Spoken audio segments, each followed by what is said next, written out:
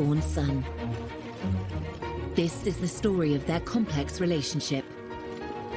Charles tried to be a more modern parent, but he didn't have the tools because he didn't grow up with them. A shared tragedy defined this father and son. There's this marvellous picture of Harry holding very, very tight to Prince Charles's hand for support. For years, they were close.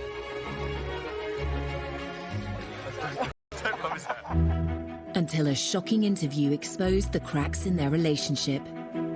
Trapped within the system, like the rest of my family are. These are seismic statements to make. Charles Hugh felt very exposed by his son. Tonight, royal insiders explain how this relationship fell apart. He said it was the most terrible thing to make William and I walk behind our mother's coffin. It should not have been allowed. The damage is done. The relationship that I knew can never be like that again. Prince Philip's funeral was an opportunity for reconciliation, but what really happened? I think you could see clearly at the funeral how emotional Prince Charles was. Part of that was the problems with his relationship with Harry. And what lasting effect will this royal rift have on the House of Windsor? Of course, Harry wants to protect his wife, but is it at the expense of bringing down his own family? Tonight we ask, will Charles and Harry ever repair their damaged relationship? There's no doubt the gulf between Charles and Harry has widened considerably. It will be very difficult to bridge that divide in future. I can't see how they can do it.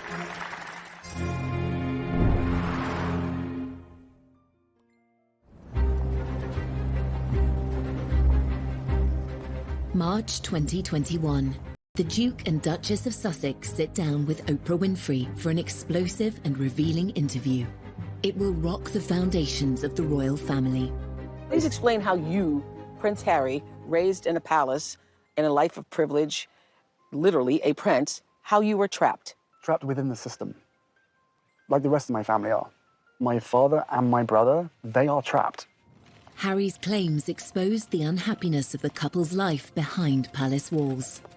They also revealed the full extent of his estrangement from his family, particularly his father.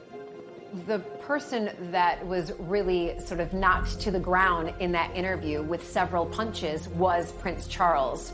100%. The takeaway from that interview was that there is a real rift, there is real distance, there's real anger. You could see that it was, but at the same time he wanted to get a message through that he has struggled deeply with what's been going on, and there are definite fractures in the relationship. These are seismic statements to make about one's own family members.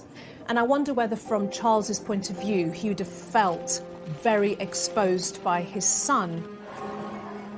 The Sussexes' interview with Oprah had echoes of another controversial royal interview, which took place in the 1990s, when Prince Charles spoke frankly about the state of his marriage and confessed to cheating on his wife, Princess Diana. Did you try to be faithful and honourable to your wife when you took on the vow of marriage? Yes, absolutely. And you were? Yes. Until it became irretrievably broken down. In the back of Charles' mind, there would have been a certain amount of guilt because it would have brought up memories of his own attempt way back in 1994 to get the media on his side. So on the one hand, he was being criticised by Harry and was probably very upset by that. But on the other hand, it's very difficult for me to sort of attack him for doing something which I myself did, you know, when I was young. Every single time anybody agrees to one of these huge interviews, they're doing it for one reason and one reason only. They're doing it to put their side across because they assume that when they have done that, everybody will be on their side and love them even more. And we've seen so many times in the past how mistaken that can be. While Charles's interviews stunned the world in the 1990s, his son's revelations may have gone a step further and hurt those closest to him, including his father. There's no doubt the gulf between Charles and Harry has widened considerably. I mean, I think if they're not careful, it will be very difficult to bridge that divide in future. I can't see how they can do it. Grant Harold was a former butler to Prince Charles. He witnessed firsthand the loving bond the royal father and son once had, which has now seemingly been lost. The damage is done, and that makes me sad, because the relationship that I knew, which was a loving, caring, fun relationship, can never be like that again. Prince Harry's decision to speak so candidly was a dramatic move. To understand why it happened, we must return to the beginning of Harry's life and consider events that took place soon after he was born. 15th of September 1984. Well-wishers around the world celebrated the birth. He was known to his family as Harry, and his father was acknowledged in his full given name, Henry Charles Albert David Windsor. At the christening, they were both looking incredibly happy. William was a tearaway, he was running around like mad, but Harry was quiet and peaceful. In public, Charles and Diana were delighted by Harry's arrival, but in private, they're said to have clashed over how to raise their sons. Diana wanted them to experience the real world with a degree of freedom, a concept that Charles may have struggled with. Diana would, take them to what became a favourite with Bill Wyman, the Rolling Stones' Sticky Fingers in Kensington Church Street. The Prince had a slight problem with it, because I remember once when they came back, there was this look of horror across the Prince's face, because he couldn't actually work out why, with a brigade of good chefs at Kensington Palace, Diana would have to take them for a burger. Prince Charles tried hard to be close to his sons, but the formality of his own royal upbringing meant he wasn't the hands-on parent that Diana was. Charles didn't receive any parenting. His parents were away when he was very young. He was left with nannies in that very Victorian way. Granny was christened in this. And although Charles tried to be a more modern parent, he didn't have the tools because he didn't grow up with them. Looks remarkably well despite it. Some say that Charles's reserved parenting style made him a distant presence in Prince Harry's life. Although Charles is very sensitive and very caring, he never really could show it in the same way as Diana. And Charles was a huge workaholic. Charles wouldn't just stop his work just because he had his sons for a day. Whereas I think with Diana, she always made sure that everything was done for them. Diana, she actually joined in their games, whereas Charles would have said, off you go. He wouldn't have joined in. He's too stiff, he's too old-fashioned. Charles and Harry's relationship was already strained, but then the family suffered the ultimate tragedy, and decisions would be made that would affect their father and son bond forever. He said it was the most terrible thing to make William and I walk behind our mother's coffin. It should not have been allowed.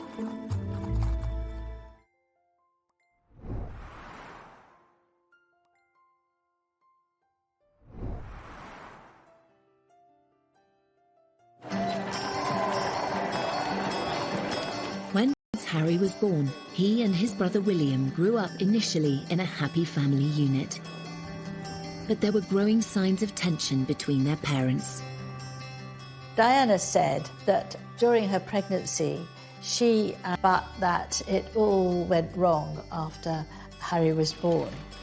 If these marital struggles created a distance between Charles and his young son, things were about to get worse. It is announced from Buckingham Palace that, with regret, the Prince and Princess of Wales have decided to separate. This decision has been reached amicably, and they will both continue to participate fully in the upbringing of their children. In 1992, Harry's parents went through a very public breakup. The 8-year-old now struggled as he was bounced between Charles's Highgrove estate and Diana's Kensington Palace apartment. What a child wants is stability, structure, and love from their parents. And that kind of constancy gives children a sense of safety. If they're going between two separate households, that can feel very destabilising for a young child. So suddenly Prince Harry was shuttling between the more relaxed, much more familiar household of Princess Diana and then the more dutiful, strict, timetabled household of Prince Charles. There was this sort of natural gravitation towards Diana, simply because Diana was the provider of the fun things that at that age actually wanted. Charles, interesting enough, acknowledged that William and Harry were both happier and engaged when in the company of their mother. And in that respect, one has to applaud the Prince of Wales because he could see that his children were happier in those early days with their mother rather than him. Harry was caught between the world of royal formality set out by his father and the more carefree mindset of his beloved mother.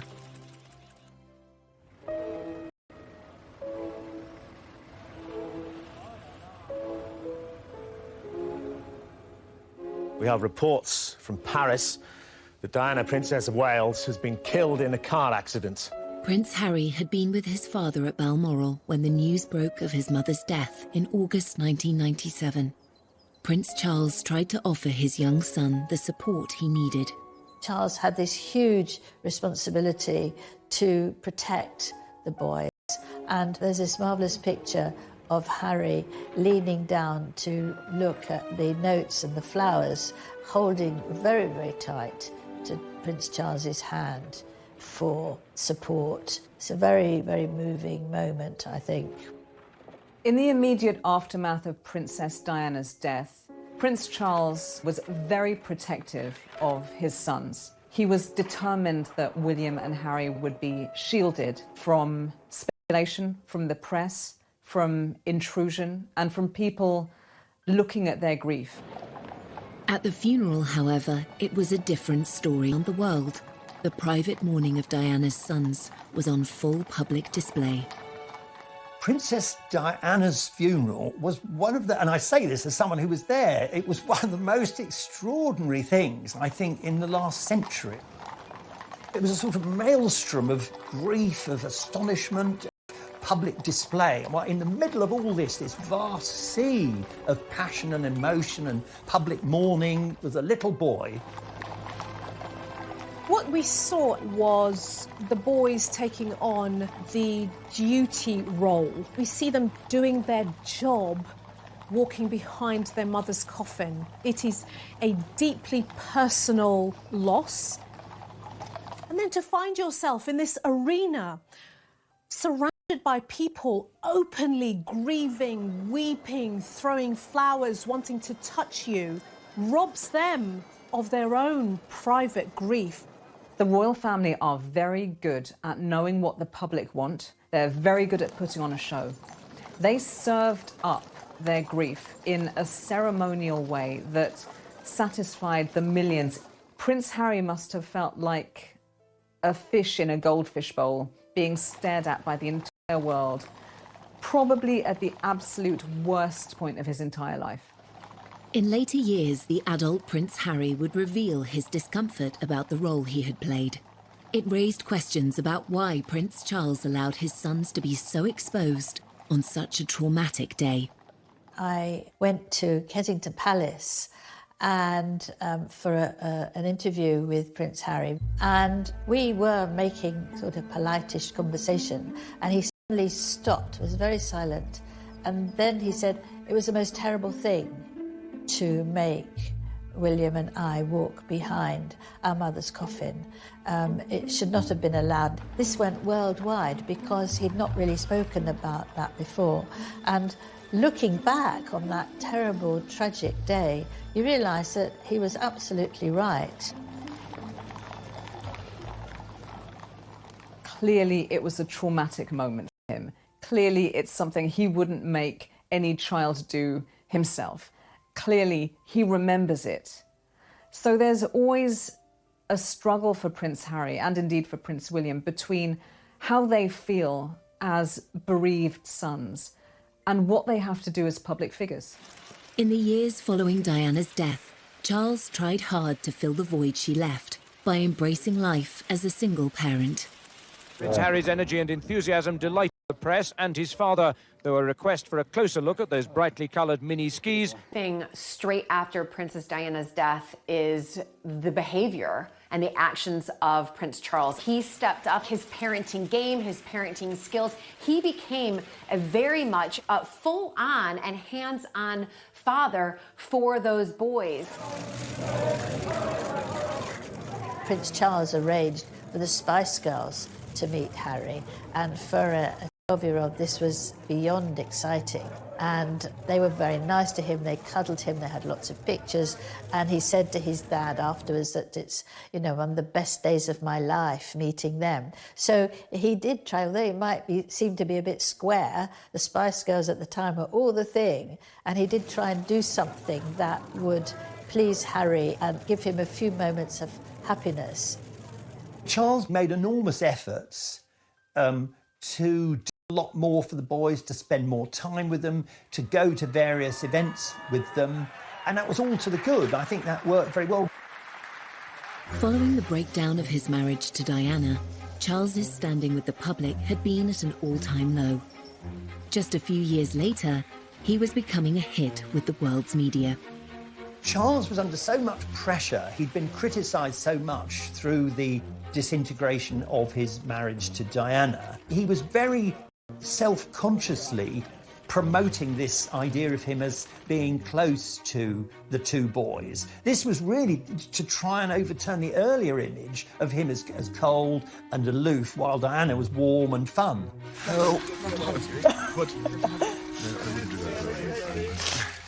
I remember the footage from the skiing trip, and it looks adorable. And then you've got dozens, if not hundreds, of official world's media photographing them and lobbing questions at them. My arms aren't long enough to get around it. And making sure that all those lovely father and son smiles are captured. Don't love his hat. There's always been a huge desire from the press to have photos of Charles and Harry and William. Charles's attitude was very much give them a bit of what they want and then they'll leave us alone. But I'm not sure that Harry was ever as comfortable with that. Unknown by the media, the young Prince Harry's frustrations with royal life were growing. This was compounded by the death of his mother, whom he believed had been hounded by the press. When Princess Diana died, Harry was only 12. As time passed, of course, you're going to start questioning, why did she die? Who caused the death? And we can see that from Harry, that he does absolutely blame the press. And it's something that has really, fast forward a few years later, that's when we really start to see Harry, in a sense, acting out, but who can blame him? As Harry grew from a vulnerable young prince mourning his mother into a rebellious teenager, stories of his nighttime escapades became regular front-page news. Harry's teens, by his own admission, were a very troubled time for him. Smoking and drinking too much, getting into trouble at school, cries for attention. It was one thing after another. They still ask me and I still read them. Why, I do not know, but I have to read them just for peace of mind, just to know what they've written and to see who wrote it and see who took the photographs, write that down for later. When I was there, it was very much the days of when Harry was kind of called the kind of party prince. I remember on occasions, like on a Sunday morning, there'd be whatever Harry'd been up to the night before would be in the press. And then, obviously, I'd see him and I'd say to him, well, you had a good night then, kind of thing. And I'd have a laugh. And luckily, he would have a chuckle and he would go, maybe, kind of thing. In 2002, newspapers revealed Harry had been caught smoking drugs and drinking underage in pubs near his father's home, Highgrove in Gloucestershire. For Charles, this was one misdemeanour too many. He sent his son for a day's visit to a drug rehabilitation centre. The palace viewed this with alarm. I mean, I think they always do, because anything that's out of control inevitably is damaging, especially for Charles, because it reflected badly on him as a parent. Prince Charles has got a lot of support today, not least because this is a situation that thousands of parents in Britain have faced. He insisted Harry should visit a drug rehabilitation centre. I think the idea was that it would give him a shock. He would go there and see, what it was like if you allowed drugs to sort of take over your life. I suspect Prince Charles did that because in the eyes of the public, that's what the public wanted to see or felt that he should do. But at the end of the day, there's a lot of, rebellious children who in normal families will do a little bit of underage drinking. So I think it's what do we need to show the public that we're doing in order to sort of hone in this behavior. Did this attempt at intervention by Prince Charles offer his son the support he really needed?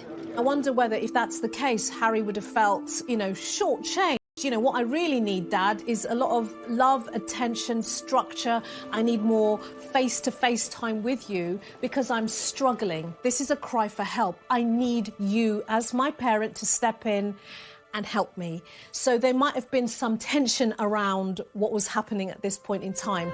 This would not be the last time Prince Charles would need to step in and make a critical decision in his son. Of Charles, the father, doing something that Harry, the son, didn't like.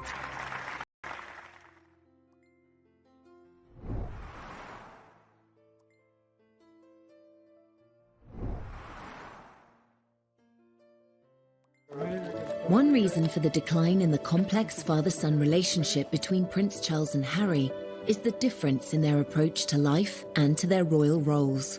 Both men were shaped by their formative experiences at school. Charles was given a tough, formal education that emphasised duty. He was a sensitive, vulnerable child who was put through this most appalling education to try and toughen him up. From the age of 13, Charles was sent to Gordonston School in northeast Scotland, just as his father had been before him. But the tough regime was ill-suited to the sensitive prince. Prince Charles called it Colditz in kilts, and like a prison sentence. It just wasn't for him. Prince Charles was bullied at school from end to end. He was completely and utterly, solidly miserable for the entirety of his time there. By contrast, Harry's school days at Eton were more sedate. Not as academic as his father, he was certainly more popular. Charles likes book learning. He wants to get the answers to his questions by going to the library and studying. Prince Harry's energy is really the opposite. Prince Harry is not shy and retiring or stiff or staid. He's not cross or dusty. He is naturally athletic. He's naturally outdoorsy. Harry said that he decided very firmly that he wanted to mix with the bad boys, and he played lots of tricks. While Charles attended Cambridge University, Harry's modest academic record did not push him into higher education. Yet both father and son spent time in the armed forces, developing their sense of duty.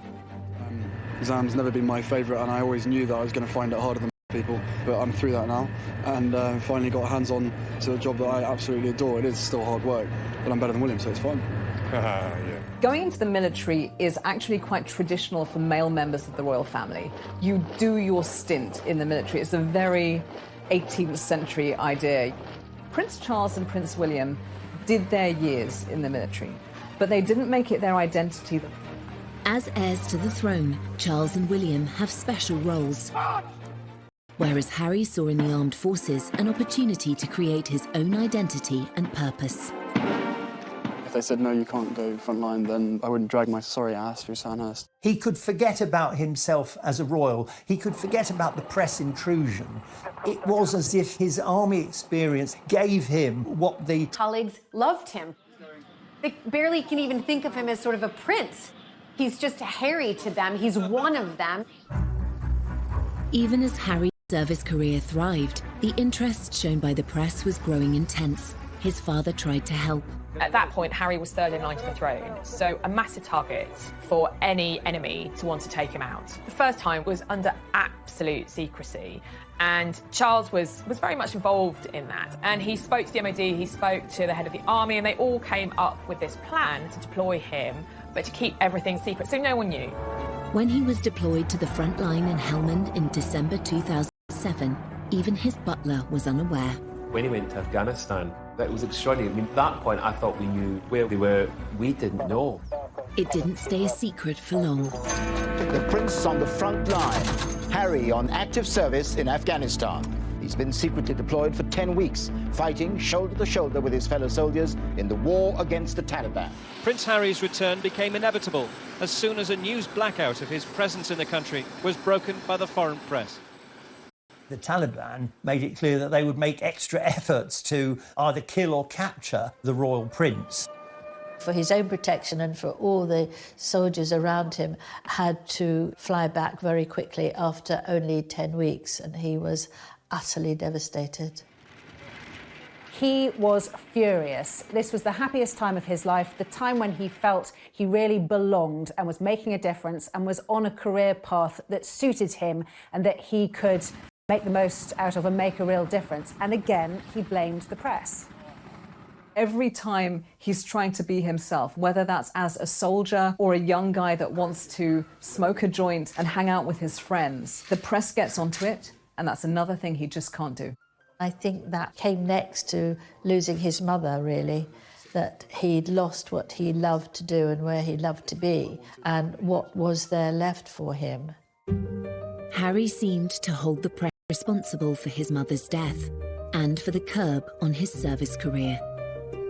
Then he discovered that his father was involved too. Unfortunate for Charles that he was implicated in the decision to recall his son, because it was another example of Charles the father doing something that Harry the son didn't like. Harry must have been saying, look, here we go again. Are my father and the world's media actually working together? The next one in a long line of emotional betrayals that have come from the people who are really the closest to him. In fact, Charles's involvement in removing Harry from the theatre of conflict was motivated by a desire to protect his son. As a parent, you worry the whole time, but for everybody left behind, it's ghastly.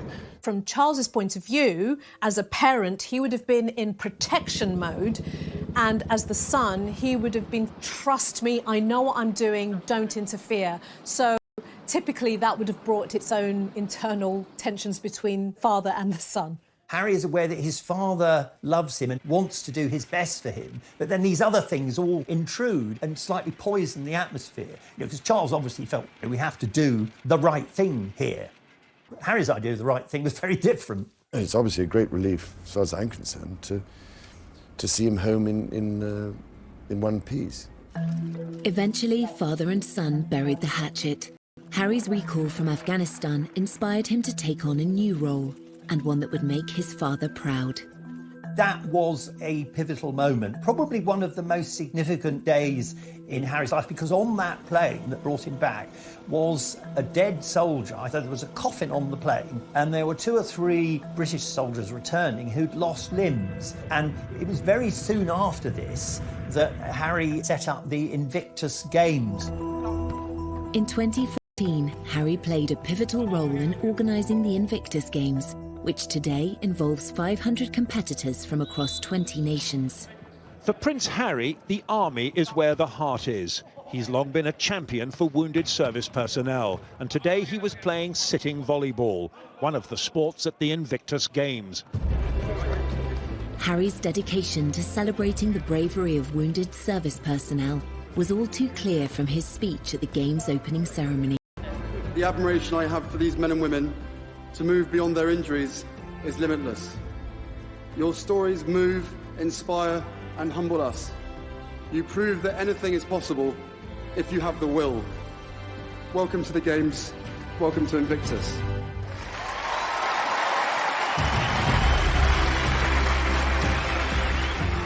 It was to prove a golden period for a now united father and son.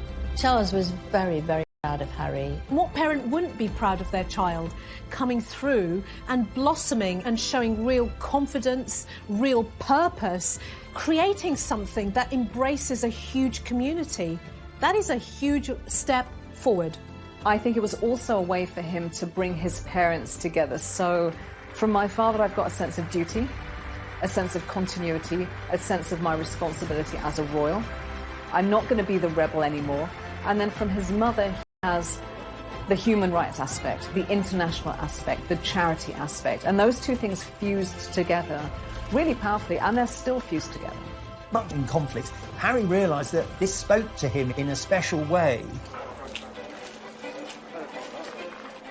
There have been many low points in the relationship between Charles and Harry. The high point, the bit that they will both always remember as a point in time where they came very close, that would be the success of the Invictus Games. I mean, it was almost like, father and son finally found something that would lock them together. With his father's blessing, Harry helped turn the Invictus Games into an international success story, giving a powerful voice to thousands of injured servicemen and women around the world. Harry was now making a positive contribution to the royal family and to wider society.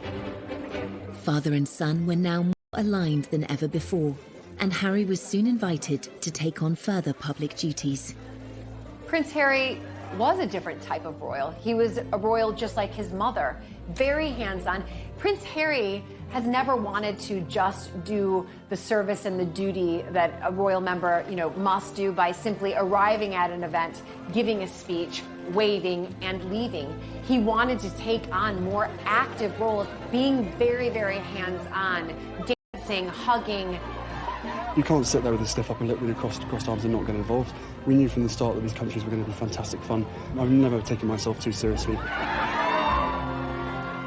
There's a real contrast between Prince Charles and Prince Harry when they do their royal tours. Wherever they are in the world, Prince Charles does it blatantly as duty. So he's there, and wherever he is, even if it's like 100 degrees outside, he's wearing a very closed suit that's completely buttoned up. And he smiles, nods and waves, and he's jovial, but he's still a little bit stiff. I think you would be, wouldn't you? You would be washed by all you lot. Anyway. Prince Harry on international royal tours is clearly having a really good time. We see Harry as much more at ease in his own skin. He had a good template in how he saw his mother behave, and where, he's hanging out with Usain Bolt and he's meeting people and he feels good about himself. This was Golden Harry, the bloke that everyone wanted to go and have a drink with, the bloke that all girls wanted to go and have a flirt with. He was that kind of the Action Jackson superhero that had served his country and kind of could do no wrong.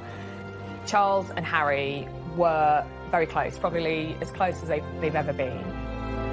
There's a famous Oscar Wilde quote which says about children and their parents. It says, first we love our parents, then we judge them, sometimes we forgive them. For 3 decades, they were moving on and putting the past behind them, as this illuminating interview with Prince Charles from 2018 suggests. Your children always surprise you, really, because you think they pull your leg all the time and appear not to pay any attention at all. In fact, you then later discover perhaps they... Good Lord, don't tell me you actually listened, or... The relationship between Harry and Charles has suffered since 2018.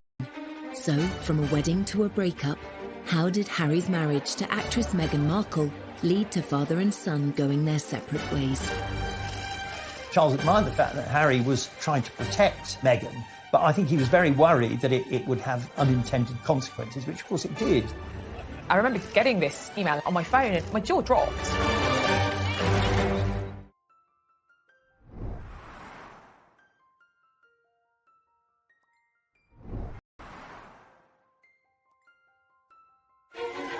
Royal history shows that affairs of the heart often clash with responsibilities of the role. In the case of Prince Charles and Prince Harry, adding a love interest to an already complicated father-son relationship had the potential to make matters worse. This is a repeating pattern over generations in the royal family. We've seen it with Charles, Diana and Camilla. That tension between wanting to be the person you love, being in a family business, and also being a member of a family. Harry was just 10 years old when his father shocked the world and described the tensions in his marriage to Princess Diana, as well as his own adultery, in a frank TV interview. But I have, on the whole, tried, I think, to get it right. I mean, constantly, people scrutinising. So, I mean, I have always tried to get it right, try to do the right thing by everybody. So you can imagine, it's not a very happy or encouraging thing when this sort of business happens. So when his own sons started dating, it seems Charles advised them to choose their ideal partners based on love, rather than any other considerations. Prince Charles believed that, unlike what happened to him, where he was almost forced into a marriage and the wife had to be a virgin, he was determined that Prince Harry and Prince William could find someone who they loved and who they wanted to marry. Harry had 2 big previous relationships before Meghan, so Chelsea Davy and, of course, Cressida Bonas. But while they appeared happy on the arm of the dashing prince, they weren't so keen to become princesses. Chelsea was like, absolutely not. I don't want to be in the public eye. I don't want to be written about in papers. And the same thing with Cressida. We know that both of those girls ended that relationship because they did senior member of the royal family.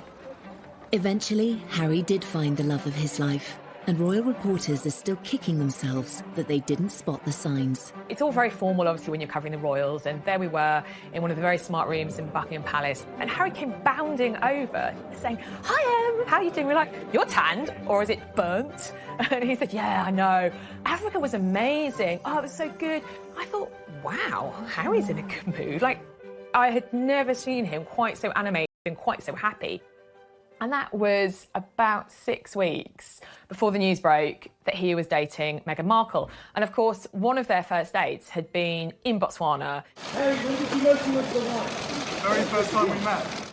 Harry and Meghan's romance was embraced by the royal family. In that happy time, there was no sign of any tension between father and son. They welcomed Meghan with open arms. Prince Charles admired the fact she was self-made. Charles, he's slightly obsessed with the idea that somehow you've got to retain the magic of the royal family, but you've got to modernise. And what better way than to welcome a woman who's not only divorced, but American and of mixed race. And I remember the Queen invited both Meghan and Harry to Sandringham, which is a huge thing because couples, unless you were married, you just didn't get invited.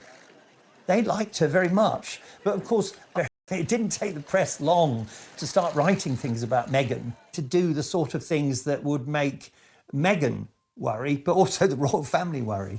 Newspapers were soon filled with opinion on whether Meghan was a good fit for the royal family. Whilst initially there was a huge amount of admiration and hero worship when Meghan first came on the scene, there were some media outlets that ran some really disgraceful articles with headlines about straight out of Compton or exotic DNA, very old-fashioned opinions, borderline racist opinions. And the trouble is that one article like that is one too many. Meghan, we've discovered, has a very, very thin skin. But we have to remember that Kate did. They used to call her Weighty Katie. She had a terrible time. And Camilla had a dreadful time in people accusing her of causing Diana's death. I know Camilla spoke to her and they had lunch together, tried to help her get used to things and give perhaps some of her own experiences so that she wouldn't feel that she was being targeted. The royal family may have been reassuring Meghan behind the scenes, but it's their standard practice not to complain in public about press treatment. By apparently not speaking up for Meghan, Charles seemed to find himself taking a very different path to Harry. Statements, these underlying racial tones need to stop. I remember getting this on my phone and my jaw dropped, actually, because press statements, remember the royal family, are normally really bland and really boring. I mean, this was Harry. Anger. The anger was leaping off the page with his words and the tone. This was an unprecedented move, really just instructing the press to back off and leave Meghan alone. Charles admired the fact that Harry was trying to protect Meghan, but I think he was very worried that it would have unintended consequences, which of course it did. Handling the press is like handling gelignite. You know, it's almost impossible to do it safely. Despite Harry's insistence on tackling the press, his relationship with his father appeared stronger than ever. He felt able to ask Charles to play a significant role at his wedding. Meghan's father infamously didn't come to the UK for her wedding because he said he had heart problems and he was in hospital. There was the question of who would walk Meghan down the aisle. Prince Harry asked his father, and what could be better than having the heir to the British throne walk your beautiful bride down the aisle?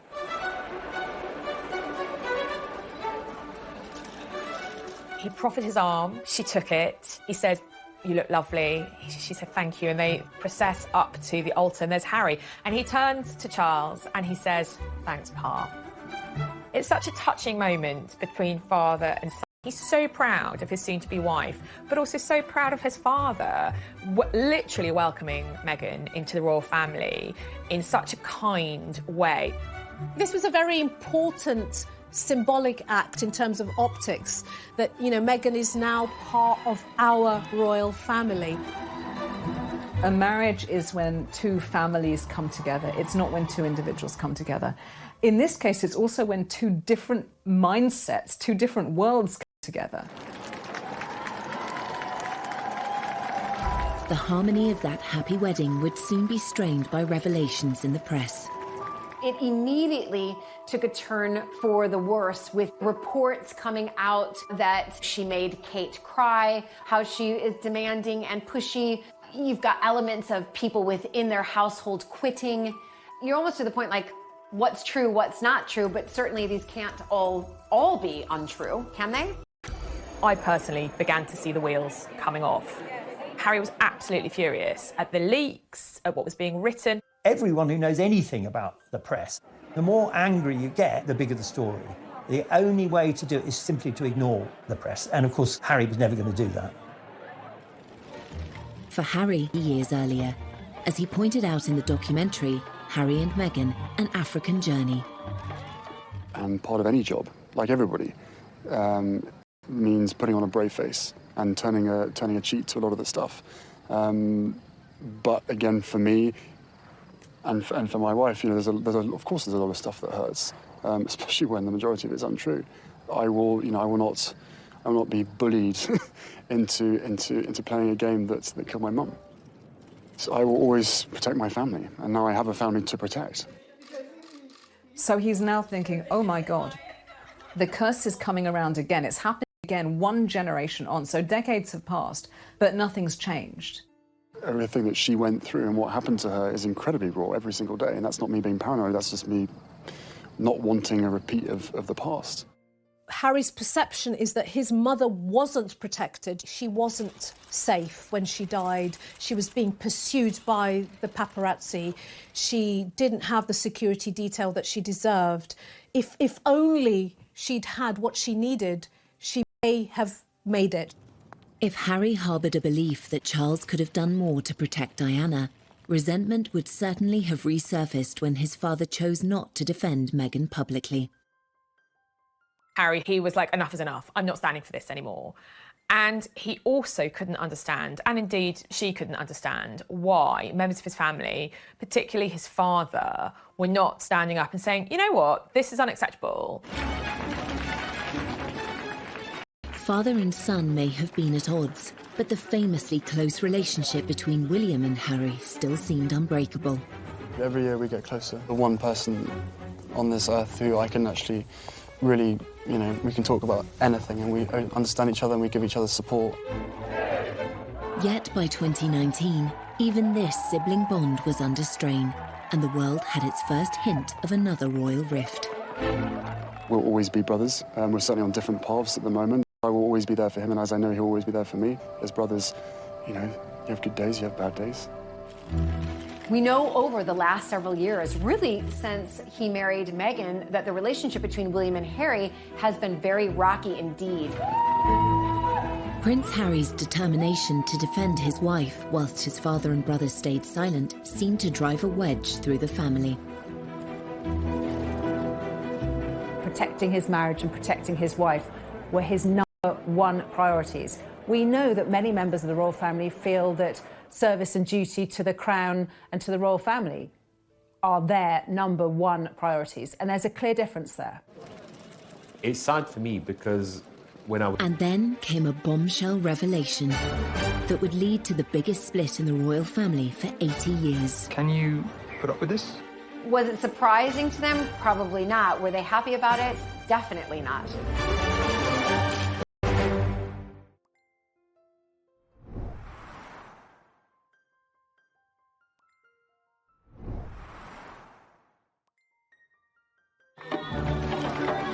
In September 2019, Harry and Meghan were on a 10-day tour of Africa, where they appeared to be embracing their royal roles. The messaging was positive, and I think from Charles's point of view, in terms of the brand royal family, they did a phenomenally good job. I am here with you as a mother, as a wife, as a woman of color, and as your sister. Behind the scenes, Meghan was struggling to cope with the burden of royal life. During the filming of an ITV documentary about the trip, she made a momentous decision to speak out. The interview with Tom Bradby was a surprise to everybody, but obviously to the royal family in particular. Perhaps you could just give us an idea of what the last year has been like. It's hard. Thank you for asking, because not many people have asked if I'm okay. But it's a very real thing to be going through behind the scenes. And the answer is, would it be fair to say not really okay? As in, it's really been a struggle? Yes. That interview was pivotal, and certainly with hindsight, you can see that something changed at that minute. That would have been a dig at the royal family. And I think that was definitely eye-opening to everybody around the world, saying, okay, something's going on here with the royal family. I think it was clear from that interview on that alarm bells were starting to ring for Prince Charles about what path Harry and Meghan were going down and where it was going to end. Finally, the tensions between Harry and Charles reached breaking point. 3 months after Harry and Meghan returned from their tour, it was announced that they would step down as senior members of the royal family. In the run-up to Harry and Meghan leaving royal duties and then leaving the country, there were frantic conversations.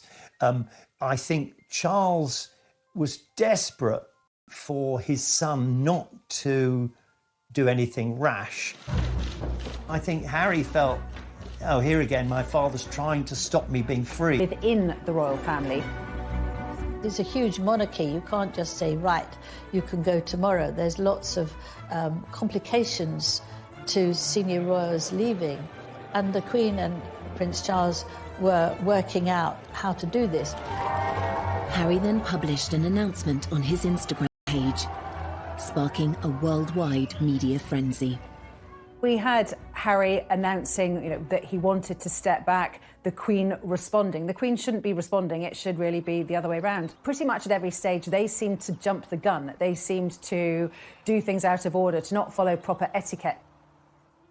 I think ultimately that's how the relationship between Harry and Charles broke down. It is one of the biggest constitutional crises to hit the family, because this suddenly saw a massive breakdown in communication between senior members of the family. It was clear there was something seriously wrong. I think Charles was pretty devastated by the departure for a number of reasons. He'd lost a son, he'd been unable to protect that young couple and keep them within the fold and keep them working for the royal family. Prince Charles had committed himself to a life of royal service, but his son was stepping away from his.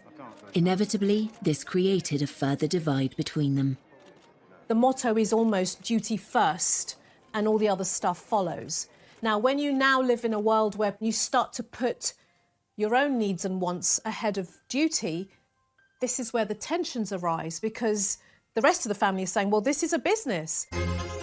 Charles knew over the years how unpopular it's been to have the royal family too big, too costly, too many members who nobody's ever heard of. So he wanted to slimline the royal family. So it was no surprise when his son wanted not only to be not a working royal anymore, but to be half in, half out. That was never going to wash. It seems yet again that Harry didn't receive the support he'd hoped for. You've got here the tension between being a parent and also the child's boss. And here's where the boundaries get very blurry and very messy. His withdrawal from royal duty was never going to be easy, but the sacrifice Harry had to make was far greater than he imagined. He has lost his royal titles. He's lost security privileges. He's lost a lot of money and patronage. He lost all of his military appointments, which he worked for 10 years to build up. When Harry first spoke out about the decision, he expressed his disappointment that his family were unable to compromise. It brings me great sadness that it has come to this. Our hope was to continue serving the Queen, the Commonwealth. That wasn't possible. I think he'd have found it upsetting, because he doesn't just do them because it's duty, it's because he's passionate. He loves these things. For Charles, as with the Queen, the monarchy always comes first. Harry seemed to struggle with this idea. Charles will have known that that was going to damage their relationship, but he will have put what he saw as the greater good of the monarchy and the royal family above his personal relationship with his son. Once again, Charles's silence was deafening. But there was a high price to pay. The rift between father and son was growing, and soon the whole world would know about it. Prince Charles loves Harry, but there comes a time when you have to say enough is enough, and that was it.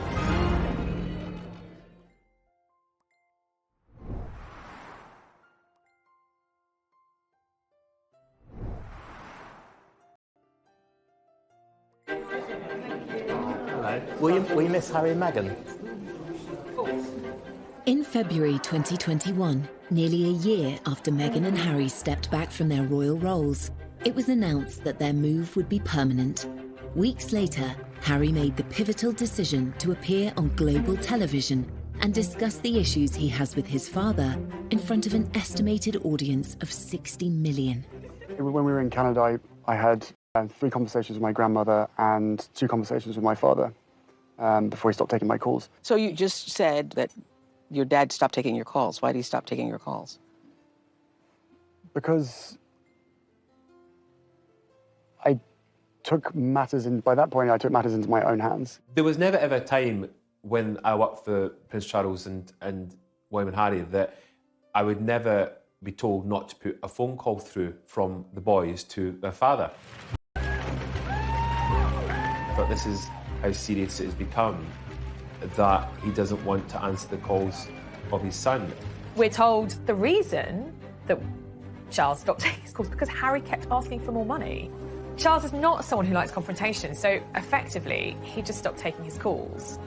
Charles doesn't have a mobile phone, so it is just literally phoning the switchboard and asking to be put through to wherever he is. Prince Charles loves Harry, but there comes a time when you have to say enough is enough, and that was it. And they got back talking on the phone a short while afterwards. Harry also disclosed that Charles had put an end to the private funding he was providing for his son. My family literally cut me off financially, and I had to afford security for us. I suspect it was that bit of the interview which upset Charles the most, that he felt very let down. Before Harry stopped being working royal, he would have only got about 5% of his income from the sovereign grant. The other 95% would have been from his father's personal wealth and from the Duchy of Cornwall. Charles was paying about £5 million a year for Kate, William, Harry and Meghan. That's a significant amount of money. That money pretty much disappeared when Harry and Meghan moved to Canada and then to the United States. And that's where the problem arises. Harry slightly feels that not giving him the money he wants is not giving him the love he wants. Harry, he's got 30 million, most of it from his mother, but also a considerable amount from Elizabeth, the Queen Mother. So he's not exactly what you would call poor. One issue raised in the interview seemed more sensitive for Harry than any other.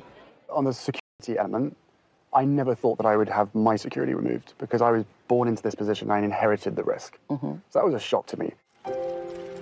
Going back to Diana's death, paying for security will be something that Harry feels passionately about, that they need that security, that without that security their lives are in danger. So you can see how this issue is one of great emotion for Harry.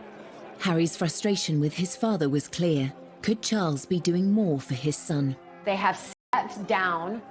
So I think that to justify, again, Prince Charles paying for that security is difficult. Had they stayed in this country as working members, working senior members of the royal family, we'd be in a completely different situation right now. As father-son rifts go, royal status adds unique complications.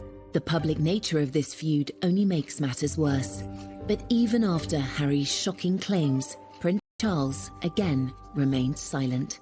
Harry knows very well that the Queen, his grandmother, aged nearly 95, and his father, who has followed in her footsteps, believe in the motto, never complain, never explain. So he would know absolutely that they couldn't come back and say what the truth was, or give even their side of the truth. But we know that in private, he let it be known that he felt very let down by the interview.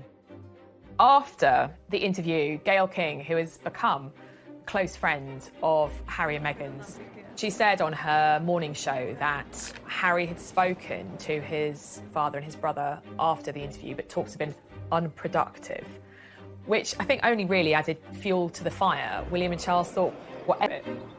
The claims that Harry made about his father could have a serious effect on the monarchy, which Charles has worked so hard to protect. It can be damaging. That's the reality. That interview overnight could have changed the public opinion of the family. Of course, Harry wants to protect his family, his wife and his child and his unborn child, but at what expense? Is it at the expense of bringing down his own family, family that he's known for 36 years? In the midst of his many grievances, Harry made an emotional admission to Oprah Winfrey of his hope for a reconciliation. Of course, I will always love him, but there's a lot of hurt that's happened, and I will continue to make it one of my priorities to try and heal that relationship. With the recent passing of the Duke of Edinburgh, could the shared loss in the family become an opportunity? Before the Duke of Edinburgh's funeral, Harry wrote Charles a letter. Charles is a prolific letter writer and actually prefers letter writing to all other methods of communication. And Harry wrote Charles a letter, I think partly apologising for Oprah, but I think wanting to explain. From Harry and Meghan's point of view, they felt that none of the royal family were listening to them. That was partly one of the reasons they had to literally walk away. Of course, at the Duke of Edinburgh's funeral, that was the first time that William and Charles had seen Harry for an entire year.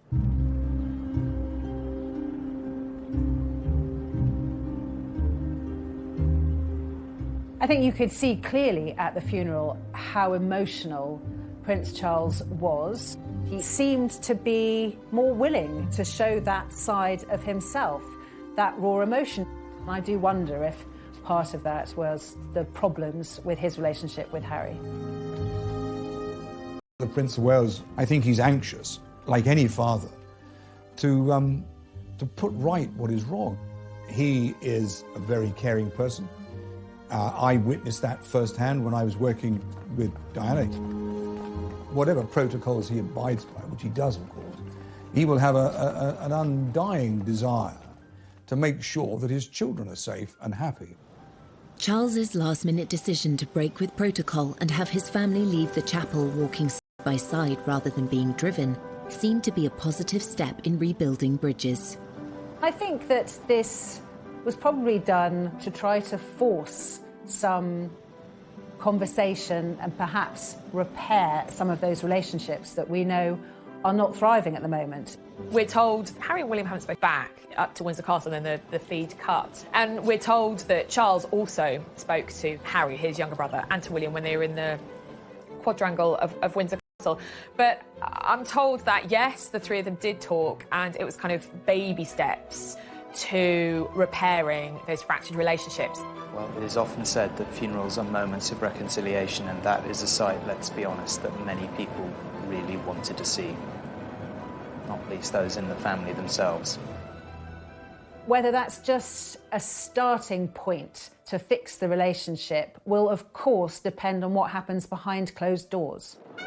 After all that's happened, can the bond between Harry and Charles ever be repaired? Emotionally, they seem worlds apart, and I think it's going to take a lot of work from both of them to try and find common ground where they can communicate as father and son. But what I saw from Harry was a lot of deep-rooted pain that may go back quite a long way. There is a need, in a way, to reach the point where Harry can forgive Charles for all the turmoil of Harry's early years. And it may be that Harry needs the distance of being in America, not being a royal who works as a royal. He may need that in order to reach the point where he can forgive Charles. Like with any relationship, relationships can be repaired with a lot of hard work and, to be honest, a lot of time. And I think in this case, a lot time is going to be needed.